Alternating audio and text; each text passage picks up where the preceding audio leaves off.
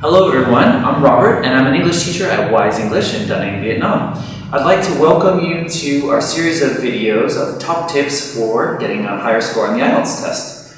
Over the next couple months, we'll be posting a video each week to share with you some of our best advice for preparing for the exam, getting a high score, and achieving your dream of studying or working abroad in an English-speaking country.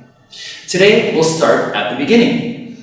Now, think about a child that you know who is learning or has recently learned how to speak. How did that child start?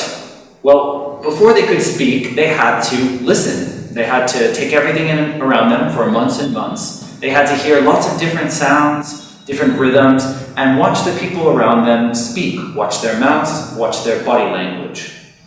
After a long time of doing this, the child begins to be able to make their own sounds, usually big open sounds that we call vowels. Then the child will become a parrot and start repeating whole words and even sentences that they hear from others. If we all started learning our first language by listening, shouldn't listening also be the first step when we learn a second or a third language? I strongly believe that focusing on listening will not only help you get a better score on this part of the test, but on all the other sections as well. So, what should you listen to and how often should you listen? And more importantly, what should you do while you listen? Once again, if we think about children, they continually hear a very wide variety of speech. They have their parents, their siblings, their grandparents, cousins, aunts, uncles, maybe some friends, not to mention radio, TV, music. So my tip for today is to tap into this powerful learning tool by developing an everyday active listening practice. First, you should listen to spoken English every day for 5 to 10 minutes. Make sure that this is a good quality audio source produced by a native speaker. That means someone who was born in an English-speaking country and speaks English as their first language. Some examples of this would be BBC 6-Minute Learning English for more advanced learners, or ESL Easy Listening Comprehension for lower level learners. This is a channel where you get to hear a story told 3 times. Very slowly the first time, a little bit faster the second time, and at normal speed the third time.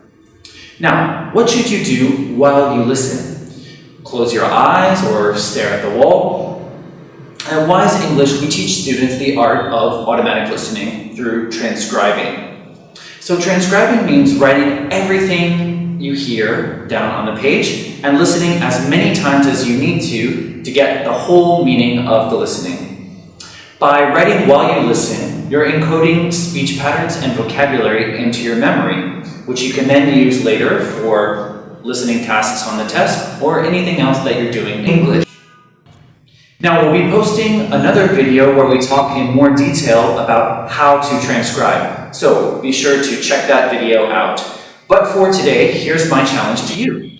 What are you going to listen to over the next few days? Why not spend 5 to 10 minutes to listen to a link that we posted down here from BBC 6-Minute Learning English, and go ahead and do the transcription and post the results in the comments section. In the meantime, we'd love it if you would give our video a like, subscribe to our channel, and join us for upcoming videos. And if you really like what we're doing, please share it with your friends on social media. Okay, that's all for today. We'll see you again next time.